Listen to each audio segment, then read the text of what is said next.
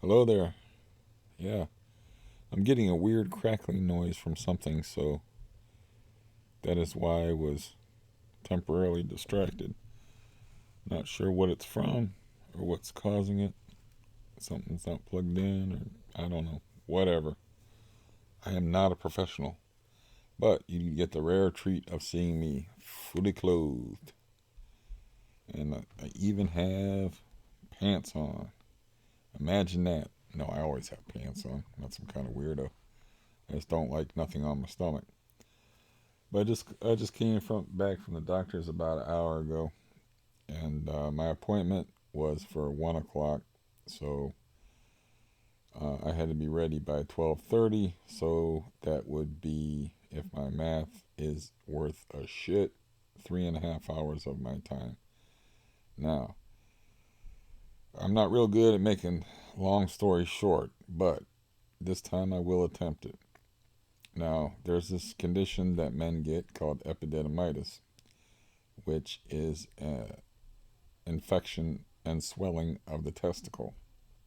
If you're a guy and you're not wincing, you've probably never been kicked in the balls before, because that's pretty much what it feels like, is the aftermath of being kicked in the balls. And it hurts to move, it hurts to breathe. I had it 4 years ago, and I was chugging Vicodin and not reading the label. I didn't care how much I took, it was just that painful. So I know I have this appointment coming up where I have to get my knee drained. It's a very important appointment for my future, because I live in a madhouse. I live in this basically prison cell room that you always see me in, because the people upstairs are fucking insane. One guy is literally insane. The people above me, I have Stampy and Stampy Jr., and they don't care about how much noise they make. They don't care. My landlord, he won't do nothing about it. He don't care, because he knows that he's getting guaranteed money from them and guaranteed money from me, because he knows I am all fucked up and in no condition to move. So that is why I still have an 8 foot hole in my wall uh, after months, literally since November 8th. So he knows he's got me over a barrel, and he knows he's got the wheelchair guy over a barrel. So he wants me to live with meth heads, crackheads, and people breaking the law and shit, where they actually opened up a meth cookhouse across the street.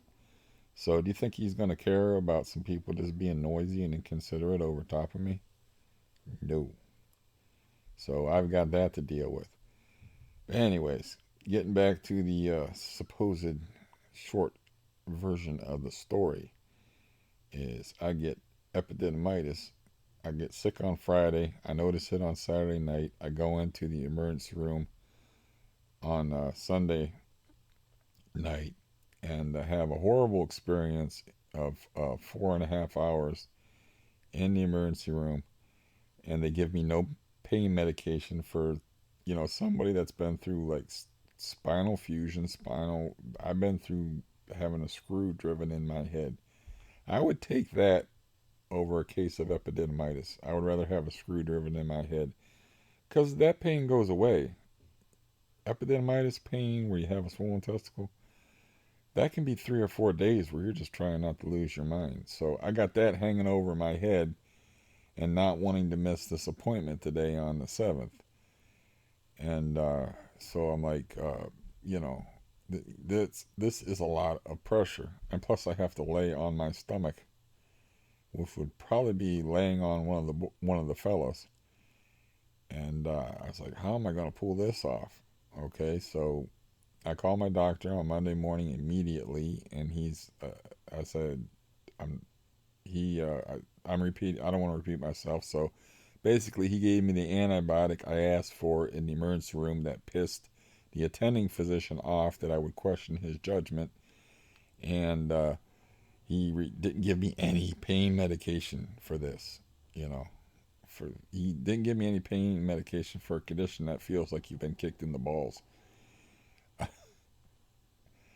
and I never see the guy again. It's just tradition that your attending physician is the guy who checks you out of the emergency room. I've never been to an emergency room where the guy didn't say, "Here's your papers," and give you instructions and wish you well or whatever. But he wouldn't even see me again. I don't know. I have that effect on people. I'm not a likable guy. So, um, I got all this hanging over my head. I said, I got to get this appointment in, but what if I can't do it because I'm in too much testicular pain and all this and whatnot, and sure enough, I'm in pain, but it's not that severe a pain. And I was smart going in immediately as soon as I could and getting antibiotics in me because, I'm hurting a little bit right now, but I mean, it's the antibiotics are taking care of it, so I'll be all right. So I'm like, cool, I can make my appointment today. So today I this is so fucked up. I get a guy from Scenic View Transportation, just a random guy who notices my name is. He's like, "Do you know a Jimmy?" And I'm like, "Well, how old would he be?" And he'd be like in his 70s at least. I'm like, "Yeah, that's my uncle. He's dead." And he's like, I said, "Then you probably know Bobby and Pat and the rest of them too." And he goes, "Yeah." He goes, "Oh, they're all good guys, right?" I'm like, "Good guys, right? The one guy's a leg breaker, the other guy's a serial killer, the other guy's a rapist." It's like these are like the scum of the earth. You know, my dad was the cream of the crop out of the group. Uh, these are the worst of the worst. All those are good guys, but they were they were his drinking buddies back in the day. And I was like, "Do you remember this place called the Palms across from Myers Lake?" And it was the worst and most dangerous OK Corral, uh, Dodge City, nastiest bar in a nasty sixth uh, rated crime city per capita. It was a bucket of blood, that place. It has a woods behind it where legend has it that there's a bodies literally buried in that woods. And, this is completely in character. The woods is connected to a place that I grew up fishing like hundreds of times when I would grow up. As a matter of fact, one time I got lost in the woods and I walked out and ended up behind the palms. This notorious bucket of blood bar. So yeah, he's like, "Oh, they're good guys and stuff like that." And he's like, "Yeah, do you know a guy named Max so and so?" And I'm like, "No." He's like, "Oh yeah, he is a friend of mine. This guy's like 70 years old or something like that." He goes, "Yeah, one night there was six bikers in there, and they started trouble with Bobby and Max, and your uncle Bobby, like, he just took a pool cue and broke it in half, and my buddy Max joined in. The next thing we knew, there was like six bikers on the floor, and like, they were either had their heads bashed or broken jaws, and they were just like laying in pools of blood. But they were good guys, salt of the earth, right? So that's what I go in there to, and I'm like, I just listened to the guy. I didn't like the guy as soon as I got in the vehicle with him. It's like I didn't like the guy. This is called Scenic View Transportation. It's a local, like, crippled person transportation thing I can get that's really good, actually, through my insurance provider. They actually drive you like they're friends to you. Like, they don't drop you off at the appointment 2 hours early. You're there on time. And I got picked up within 5 minutes by a completely different dude when the horror was over. So I go in there to my appointment, and I'm cool. I got two volume in me, so I'm cool. It's like whatever happens, happens. I'm more worried about the aftermath or the effect of what than the actual appointment itself. And it's like okay, and then I'm waiting, and I'm waiting, and I'm waiting, and I hate that when they get you back in a room like where you think something's going to get done, and then you wait another hour or whatever. That's the worst. You're like, because you just expect it, and so finally, I talked to somebody, and they're like, "Well, we got to take you to radiology to get this done." And like, you want to lay on this bed over here? And I said, as opposed to a hard, like, yeah, X-ray table, sure. They said you can just lay on this bed and you just can roll up your pant leg and you don't have to get, worry about your clothes. You just take your coat with you because they have a locker room across the way, and I have $40 in my coat and all my important information and my cell phone and all that shit. So I got to keep it with me at all times and everything. I was like, oh, everything's going good and whatnot. And then they're all women in there, which, I like women, so that's cool. Woman doctor comes and talks to me, and she answers some of my questions, and wouldn't answer the question I asked her about arthroscopic meniscus surgery because she said that's more of a question for orthopedist. She's basically saying, I'm just here to pop a zit, son, because she's just there to stick a big tube. It's got to be a pretty big tube that they stick in your leg, and they say the same silly ass shit to me, like, you're gonna feel a burn, you're gonna, like, just do it. You don't understand. Just do whatever it is you're gonna do. It's like, you don't understand what I've been through. So I'm like, okay. Always playing along, and she's like, it seems like it already the cyst already ruptured. I'm not getting hardly any fluid out of it. It's like, as a matter of fact, I'm getting almost no fluid out of it at all. She said, but it burst and a blood clot formed in its place, and that's probably why you're in so much pain, is you have this huge blood clot in between your knee bones. And I'm like, okay. She said, I'm going to try to drain that and see what we can do with that. And they did another ultrasound on it. This is taking forever, of course. And she's like, we can't get the blood clot to drain. Um, so I'm like, well, did you shoot it up with cortisone? She's like, no, we couldn't do that. We couldn't do that. And I'm like, so basically today was a waste of time. And she agreed with me in so many words. She said, well, you can go back to your doctor, and you're welcome to come back and we can try again. But she's basically saying, yeah, today was a total fucking waste of time. So it was, and I'm seething. I'm just seething at this point. I'm like, cause I had the epididymitis hanging over my head, which is just horrifying. And then I had like to worry about getting into this very important appointment because you never know how long it's going to take to get anything done. I had hopes of getting a cyst drained and getting my knee taken care of, and it actually ruptured probably when I was helping that idiot push his wheelchair back up the ramp and fell, because that's the hardest that I fell. But I fell other times too, so I could have ruptured it at any time. And she said, well, it's an injury, your body may reabsorb it. But in the meantime, I am literally no better off.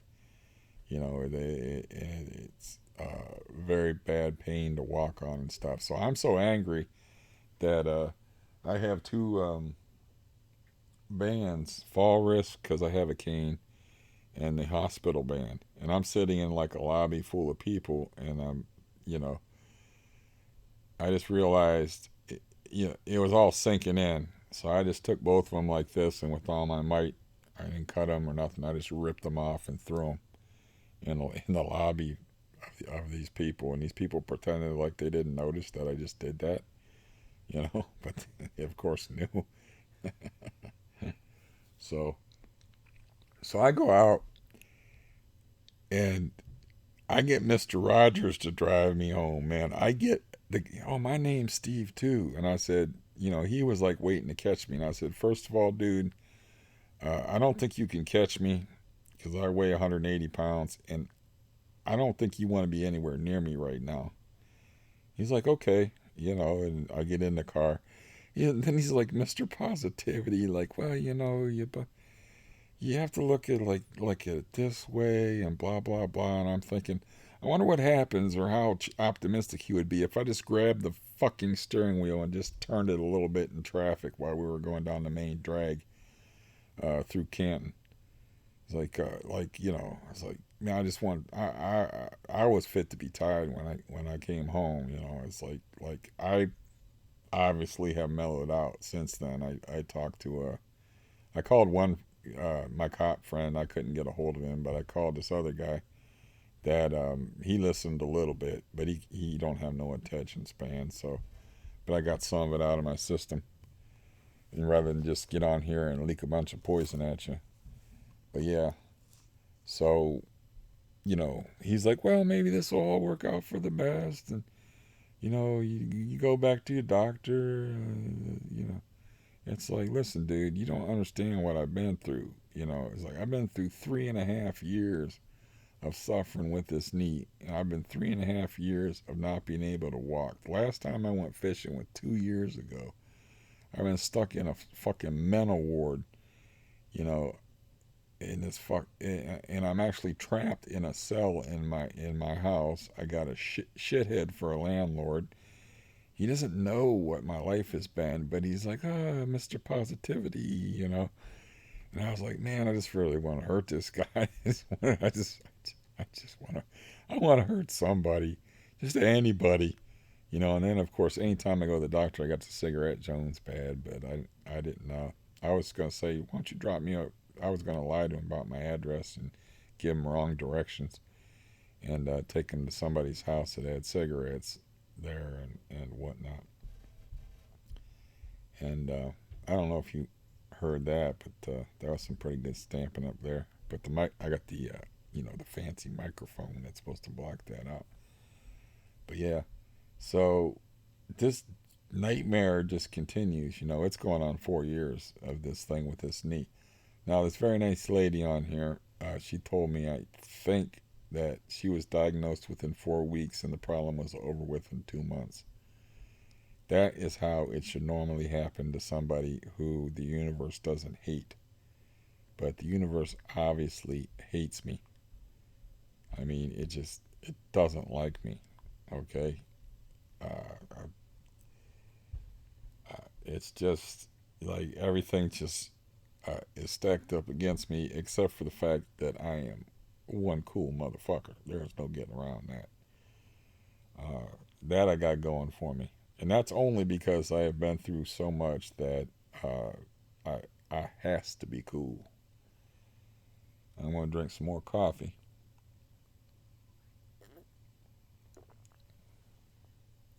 and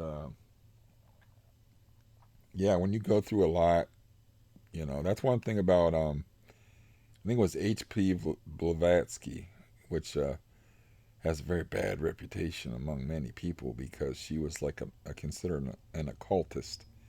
But she had a very cool quote that's the lessons that we learn in life are through suffering. It's like that is why we have pain. That is why pain is like a teacher. You know, it's like it teaches you like don't do that. That's bad for your body. Like don't bend your finger that way. You're breaking. It's bad for you. It's how we learn through life. Now, famous science fiction writer Robert Heinlein has a brilliant section in an otherwise dreary book that they made into a movie. The name of it's escaping me, but it had giant bugs in it and stuff. But the name of the Starship Troopers. But it has a brilliant passage in there about using corporal punishment on children. It's like this system of pain. You know, it is part. It is. Why would we deny what the hardwired system developed through millions of years of evolution? Really, it would probably be for all creatures, but just for human beings, we've only been around for you know the blink of an eye compared to the other creatures on the planet. But everything learns through pain what is bad and what is detrimental to us. So in this future society in Starship Troopers, um, they they spank kids and they whip kids, and but it's way set off in the future. And they said, well, in the 20th century, a lot of very well-meaning people thought that that was cruel and that they didn't want to treat children like that anymore. They didn't want to paddle them, or they didn't want to, use corporal punishment on them anymore. And uh, it's like, well, that doesn't make it. They were dumbfounded. All the students in this guy's class, they were like, well, they were dumbfounded by that. And I actually put that passage up under another account that I might as well, if it's still up. I mean, I put it. I called it like Robert Heinlein said. Robert Heinlein says, "Beat your children" or "Beat your kids." But it's really a brilliant passage, and you got to understand it's written before the nightmare society that we have nowadays, where you know, let's just face it. When I was a kid, kids did not talk back to adult. Take it easy, Stampy. Kids did not talk back to adults. I would never have dreamed. I never saw kids talking back to adults or being disrespectful to adults. I could remember I was in shock when I was riding through this pack of kids, and I very well meaningly said on a bicycle, and they were riding on the wrong side of the road. I said, "Hey, fellas, you're riding on the wrong side of the road." And I said, "Yeah." I I said, "This is unavailable, so they can go fuck themselves." I said to these kids, um, "Hey, fellas, you're riding on the wrong side of the road." And they say, "Why don't you shut the fuck up, you fucking dork?" These kids are like fucking 6 years old, talking to an adult like that. So, anyways, this guy was like a prophet. He predicted how this idea of corporal punishment being evil would lead to the decline of society to a degree. Now, I'm not saying I believe every kid should be spanked. I'm just saying you can't take that off the table. A kid like me, like, you didn't need to spank me, man. I got it. I understood. It's like I didn't need that shit. I got spanked, and yeah, I pretty much understood the deal. You didn't, but I saw like this. I've seen this. Other children were like they're running roughshod over their parents. It's like, man, I wonder why that is. I wonder why that is. That they're just like doing whatever the hell they please. It's like you have to set limits with kids. Like, if that limit has to be, I'm going to beat your ass, you know, you got to set a limit, you know. If taking away their TV or grounding them or whatever limit, you know.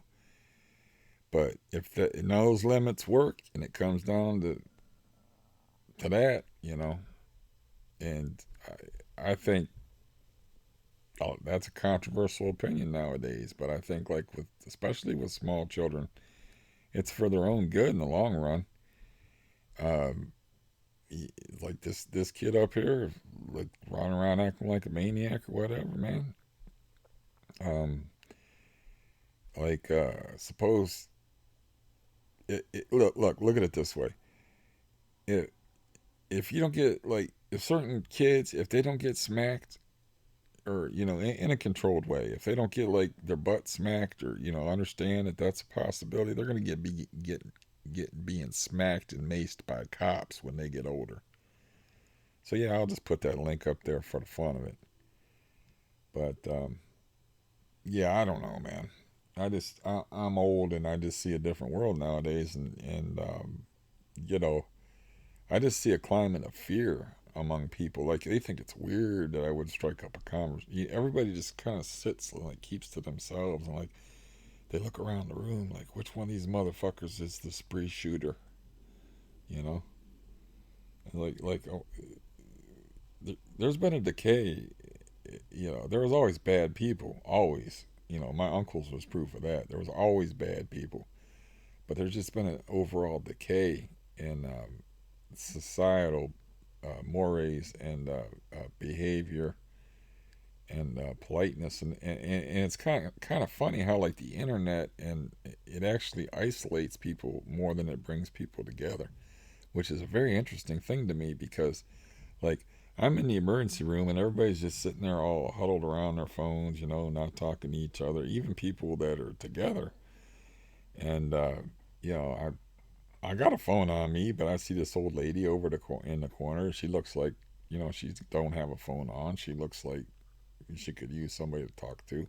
So I get out of my wheelchair and I'm like, boy, that wheelchair was hurting my back. And I go over there and I have a nice conversation with her. And, you know, we both made, I mean, that's just being a human being. Um, and I'm just monologuing right now. I'm just using the internet. I'm not really having a conversation with anybody, but I like to have conversations with people. People think they're like afraid of you and stuff. It's like I gotta understand them being afraid of me when I was younger, but I'm like a helpless old man now. When I was younger, kind of a scary dude. I just had one of them faces.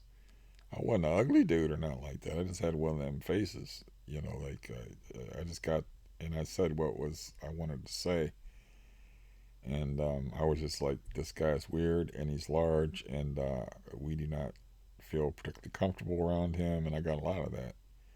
So yeah, I want to drink another drink of coffee, contemplate my hideous luck, and how far the universe is going to push me, or what does it want me to do. You know, let's personify the universe. What does the universe want from me? I mean, is it trying to break me? Is it like, is it like trying to push me toward my exit strategy? What is all this about? It's like, why can't I'm in a 4 unit building. I've lived here for 8 years and I can't get decent tenants. I had decent tenants all at the same time once in an 8 year period, and it didn't last a year. And not only were they decent tenants, but two of them were beautiful women. So that's that has to make up for all that time. I'll never forget Sarah, man. Here's to you, Sarah, and your 6'1", beautiful self, wherever you are. 6'1", man. I'm 6'1", looking eye to eye with this woman. I look down and she ain't even. She's in tennis shoes, and I'm just looking at her and I'm looking at her and I'm like, holy crap! It's like I wish I was 27 years old.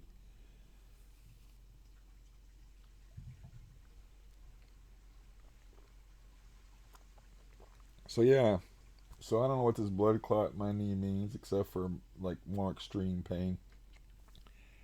The thing that got me is like I wasn't expecting. I was utterly pessimistic today. I'm like, this thing already burst and reformed before into a Baker's cyst. Okay, so you know, draining it is just going to be a temporary fix, but they're going to pump it full of cortisone, man. It's going to at least feel good for a few weeks or whatever.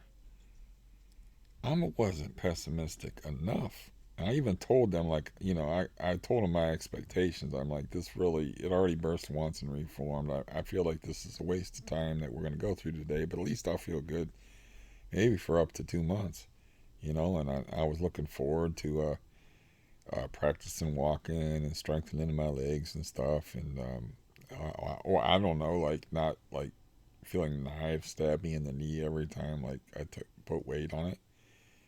And it turns out that this Baker cyst, which is a drainable thing, turned into a. It looked big, man, on the thing. It looked like this big, like turned into a blood clot. That's not. They could not drain it. She said, "I'm going to try to drain it," and they couldn't do it. The back of my knee, it doesn't hurt, from where they put whatever. They were talking about the gauges, and they were like, "That probably doesn't mean anything to you." And I was like, "Unfortunately, it does." Because they were explaining that they were going to have to put some pretty thick gauges in there. But I knew what they were talking about. And they said, we don't know how thick the fluid is, if it'll go through a syringe or whatever. So we have to actually put a drainage tube in there. And, she said, this probably means nothing to you. And I'm like, I'm sorry, but yeah, I know exactly what you're talking about when you're talking about those sizes. So, yeah, another fucking total disaster for Steve. I don't know, maybe this, maybe Mr. Rogers that I rode home with, um, Mr. Positivity, that he actually said this to me as I was trying to get in my fucking house. He actually said this to me. He said, "Well, if I help to, brighten your day or make your day a little better, or make this a little more easy, a little easier for you, Steve. Well, that just would." And I'm just sitting there with my back to him, trying to get out of the car, and I'm listening politely, and I'm like, this guy doesn't know what an asshole he's being, or what a douchebag he is, and I didn't tell him my whole history or whatever. He's just some, nice idiot. So let him be a nice idiot. There's nothing wrong with that, you know. Because me, I'm a sweetheart. It's like I'm a. They have these stupid expressions nowadays: alpha male, sigma male, beta male. Your beta is the follower. Your alpha is the leader. Your sigma is the guy that's worried about the betterment of the whole tribe. That's me. I'm the sigma type of dude. This is just like some kind of new babble that's going around. But I'm the guy that's like worried about the good of humanity and the good of people in general. So I'm not gonna like selfishly, tell this guy like, look, I'm in a bad mood. I said, let me. You don't even know anything about me or why I'm in a bad mood. Do you want to hear some of why I'm in a bad mood? Would that give you a little more information before you played Mr. Goody Two Shoes with me, Mr. Optimism, Mr. Sunshine, and to make yourself feel better? Would that help? You know, I'm not the kind of guy that would do that. I like with that doctor today. I just I didn't like go off on her and say like, so basically you're just stabbing me in the need for your amusement. you know,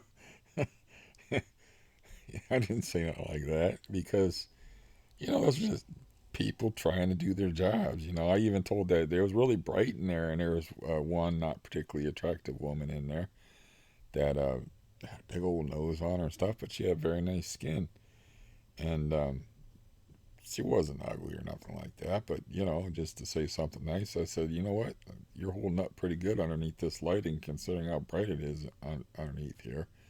And she understood what I meant, and I said, bah, but that's coming from an old fossil, because she was, I don't know, 25 to 30, somewhere in there or whatever, some technician type dame. And yeah, so I always try to be a nice guy and stuff like that, unless I have to deal with meth heads and you know, or have to be nasty. Um, it gets to that point sometimes where I have to be evil and I have to be nasty because people force you into it. But most of the time, it's like we all got to share the same damn world. I got to share the world with these idiots upstairs. What good is going up there and starting shit with them going to do either one of us? They're idiots, and they don't know they're idiots. It's like if they don't know that they're making a bunch of racket with a guy in a wheelchair and a guy that's all fucked up like me, and they gotta understand the amount of racket they're making, the amount of noise they're making. The same way they had to understand that garbage can on the porch was for the crippled people in the building, but they still filled it up themselves. So it's gonna do neither either one of us any good.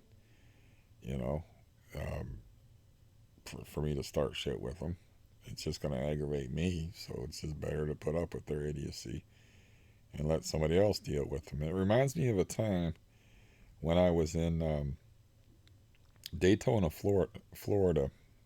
No, it was Sanford, Florida. Sanford, Florida had like the the biggest fireworks display in like that part of Florida. And I was down there seeing my cousins, and there was literally 20,000 people in this little tiny town that were just there was just a billion people in this town, right? And this guy starting shit with my cousin, and I'm like, and it's over. Like he was wearing a Dale Earnhardt Jr. hat, and the guy was a Jeff Gordon fan. It was over something stupid.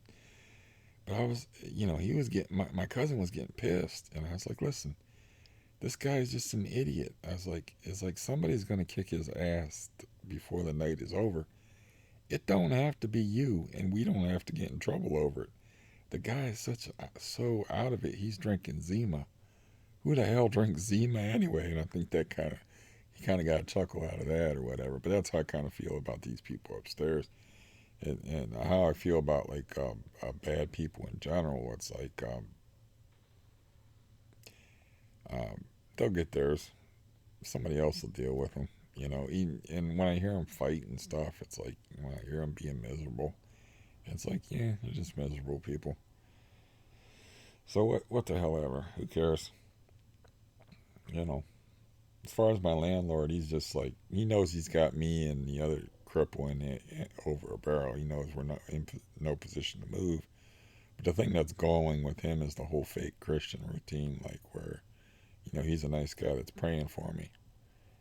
He's praying for me, but he won't fix an 8-foot hole in my wall that costs me a disconnection notice on my electric bill.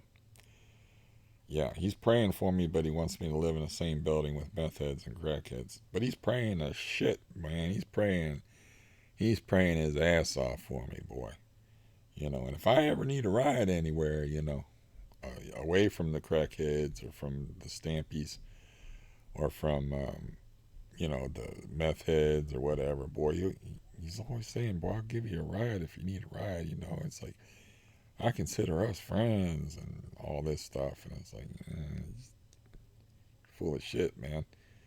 But I can't, that would sour our relationship. And it's like, I'll tell him the truth maybe when I get a chance to move out of here about my true feelings about him. But tell him my true feelings about him now.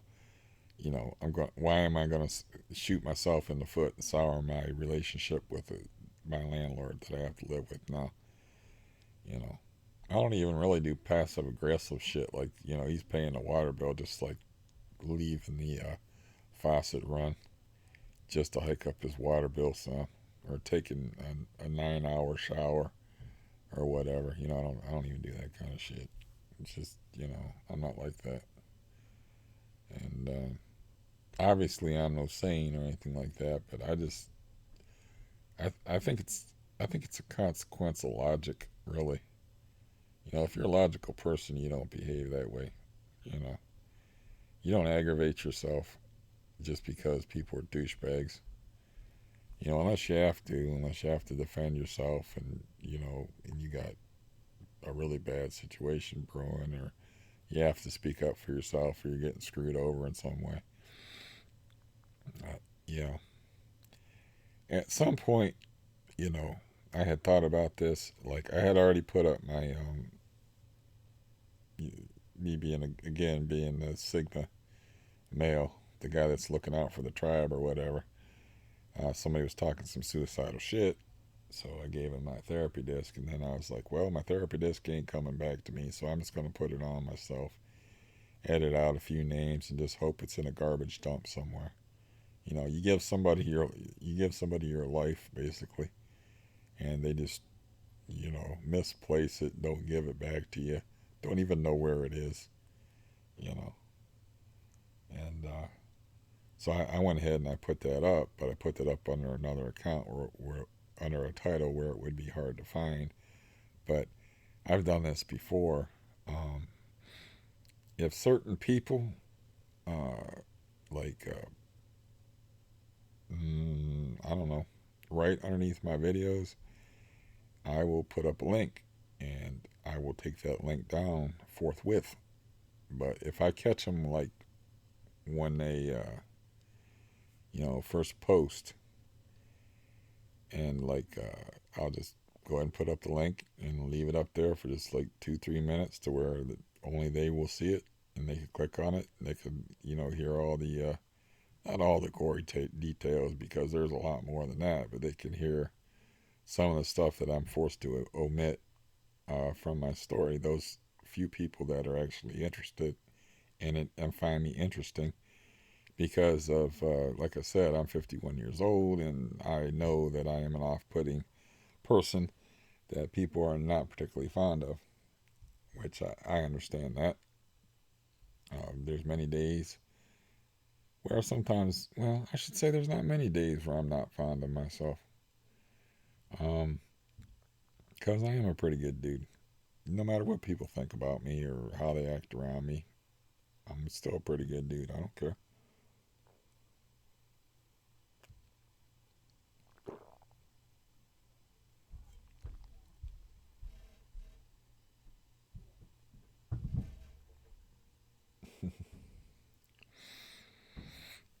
But yeah, so that I'll put up my Robert Heinlein link, which I think is just a brilliant piece of literature. It's one of the more brilliant things I've ever read, and it's prophetic because it was written in the 1950s, for God's sakes.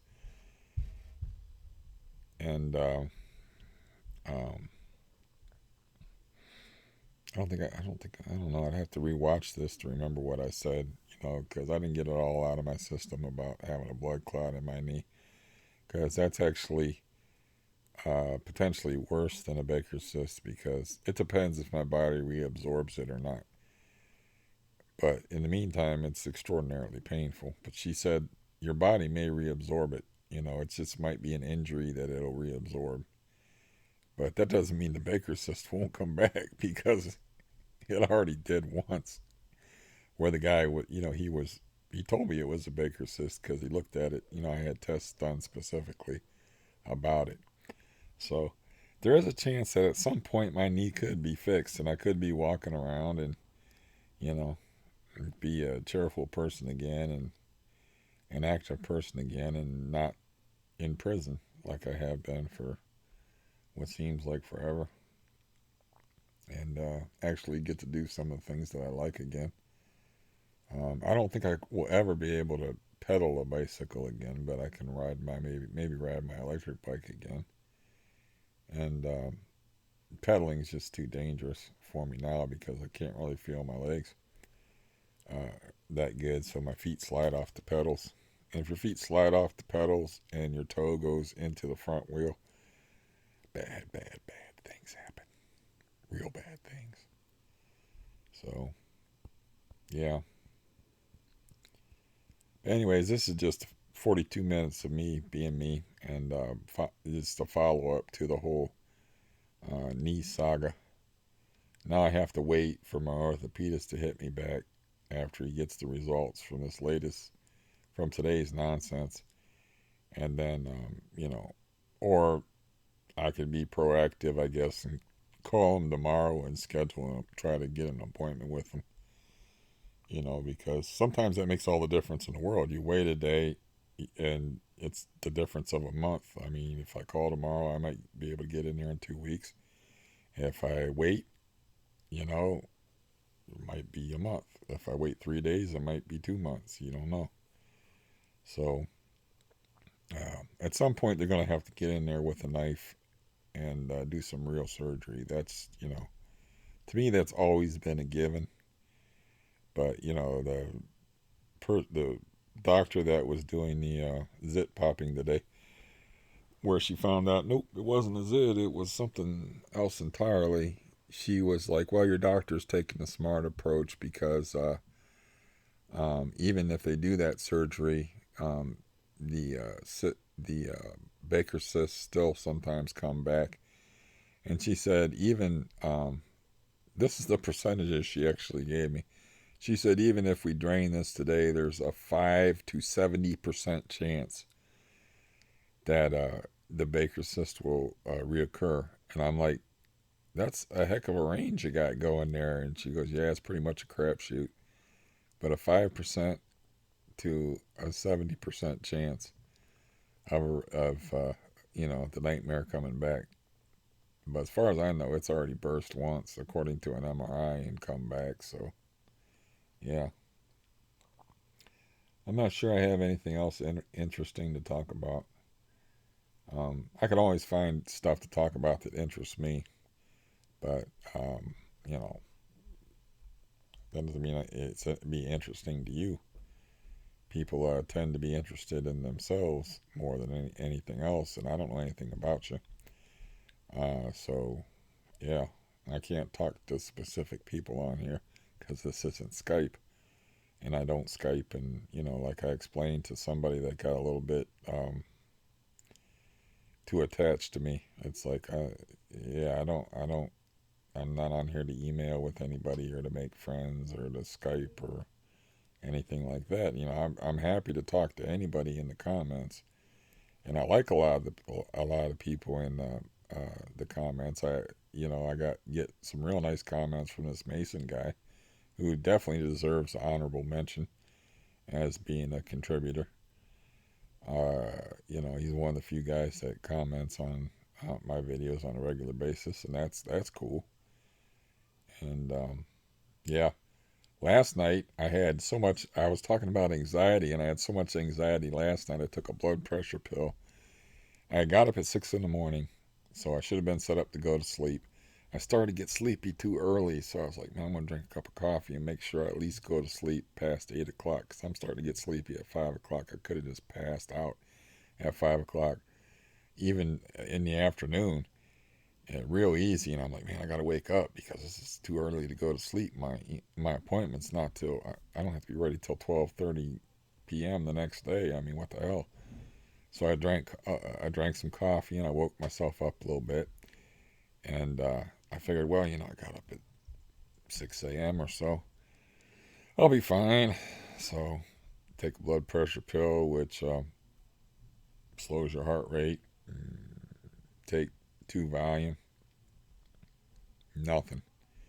I watched like 5 episodes in a row of a Netflix show called Good Girls, which I think is kind of geared for women, but it was okay. It was an okay show. It passed the time. It's nothing to write home about. Um, Anyways, so after about 5 episodes of those, and like, I don't really want to watch another episodes of those. I used myself as, like I say, I'm like a human sleeping pill to myself. Listening to my videos to me is boring as fuck. So, I put myself on there, and it took about it still took like 45 minutes, you know, but I managed to go to sleep.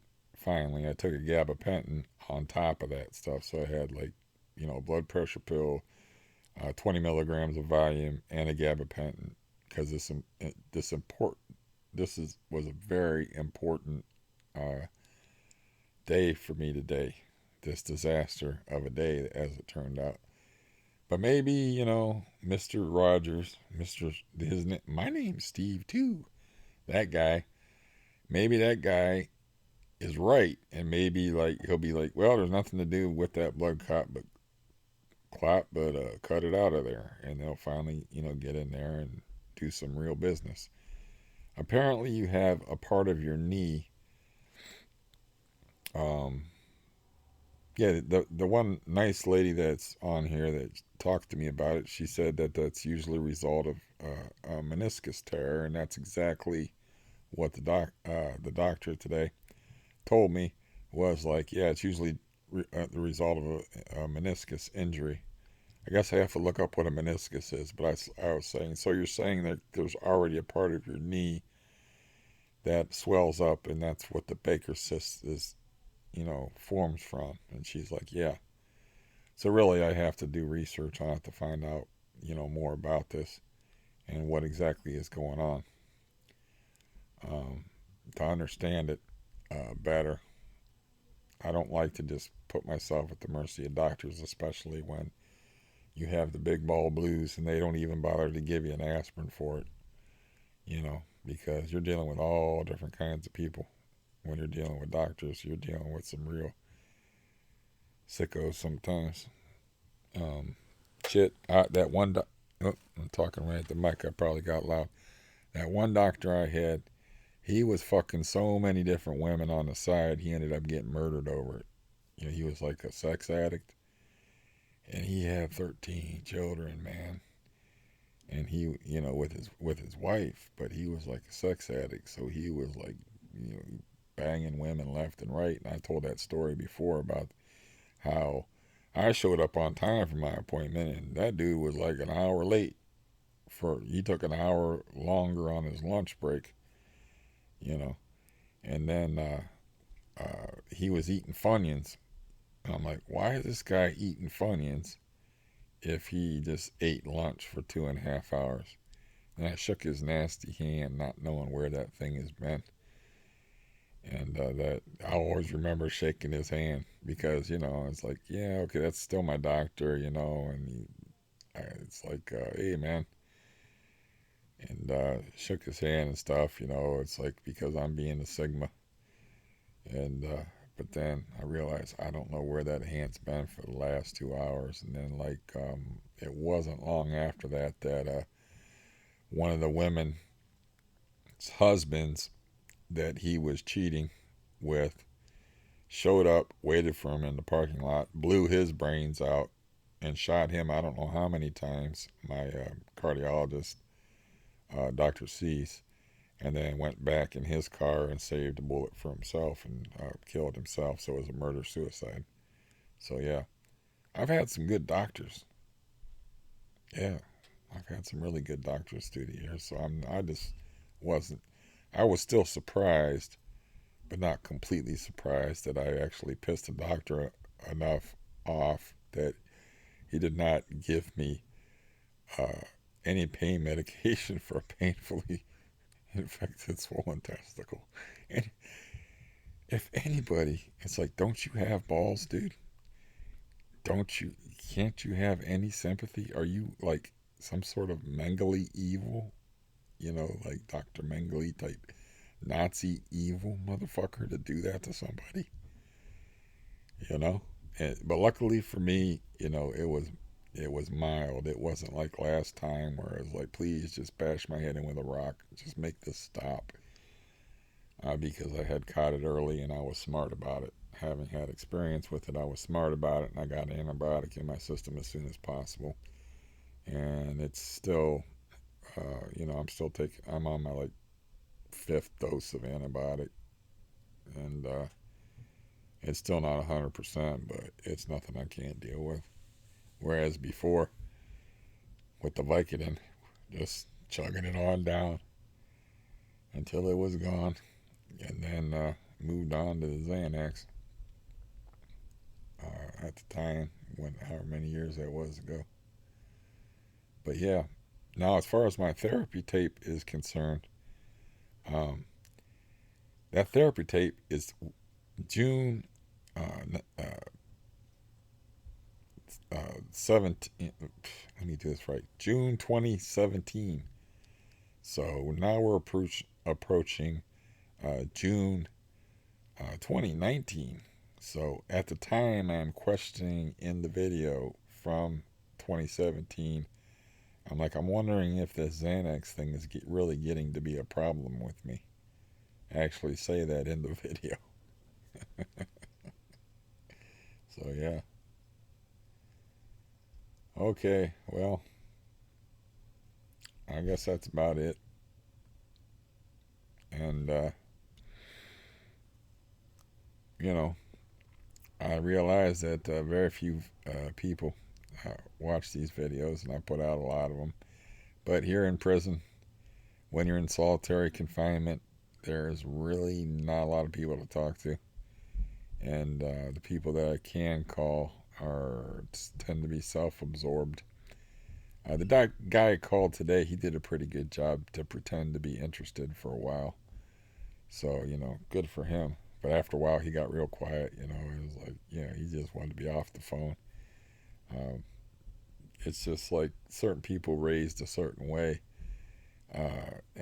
Empathy ain't their strong suit. They're just raised in survival situations, and survival trumps uh, silly little things like sympathy and empathy and things like that. And he wasn't my first call. My first call was to my cop friend, but I didn't get no answer. So yeah, but at least I don't have any hair to pull out, so that's cool. And I got my my bad hair day hat on. Oh, I was going to show you something cool. If you hung around this long, I took it out. This is a nice item, Mister. This is Ken Griffey Jr. candy. If you look on the back, the date is you can't probably see the date on it, but it's 1992. So back when I used to collect baseball cards, or not collect them, deal them, Ken Griffey Jr. was still playing and was a big deal, and I think he was still killing it with the Seattle Mariners before they traded him to the Reds, and he became injury prone. But somebody just sent this along with me. That's actual candy in there. Now, I wonder. I think I already. Yeah, it's taped up, so I must already like. Me and my nephew used to do like my nephew that I was a father figure to. We used to do like silly ass crap, so we probably each ate a piece of this candy. I know that we ate gum out of a 1987 baseball card pack, and like probably the year 2000. So it was like 13-year-old gum, and it just dissolved in our mouths, and it's like that's the weirdest thing ever. It just dissolved. Sorry, fighting with my gum right now, thinking about it. The same gum that I had that was keeping my mouth from being dry when I was laying on the table while they were poking at my knee. But we bought like we went to this thrift store once and we bought Octopus in a can, and I was like we had like we were doing like Jackass type stuff before Jackass became a thing. I think it was before Jackass became a thing, but I was like, man, we bought this weird. We would go to like these stores and buy like the grossest stuff that was in the store, and it was Octopus in a can. And that did not taste. That was a tough one, man. Yeah, but I was like, we have to finish it. I was like, he's like, I don't want to finish it. And I said, no, that's not the rules. I said, you have to eat half it, and I have to eat half of it, half it. So I don't buy Octopus in a can. And then we bought some kind of weird soda that was bottled in Mexico. And we would just do stuff like that. So I think that's why there's tape on the edge of my Ken Griffey Jr. candy, is because um, we each ate a piece out of it. I'm not going to eat a piece out of it now. My health is too fragile. Let's see, 1992. That would make it what, 27 years old. So the candy in here is 27 years old. But I don't know what that came in or where that came from, but it actually has a Topps logo on it right there. Topps 40-year anniversary or something. Topps is a famous baseball card company, so that's pretty cool. Um, but yeah, I guess I'll go ahead and end the video there. Um, that's a good hour. Hopefully you got your entertainment dollar. I don't offer refunds ever. You get what you pay for. Uh, you can take that up with your internet provider. Like, there's this guy with this red hat that just wasted an hour of my time. And I don't think that's fair that I should have to look at things like that on the internet. It's just ridiculous. So, yeah.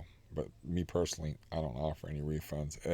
That's why I tell people like that complained about my audiobook. I was like, sorry, no refunds is always my response. Where like, use those corny old lines like, "What'd you do? Record this with a baked potato?" If before I got the fancy microphone here, which frankly I don't know how much better I sound with the fancy microphone than I do with just the microphone on this particular computer, which I think is vastly superior to the my old computer over there. So, anyways, so that's the deal with me. It's been a fun 5 days, let me tell you. And that's the thing that people don't factor in, is like the anxiety involved in that.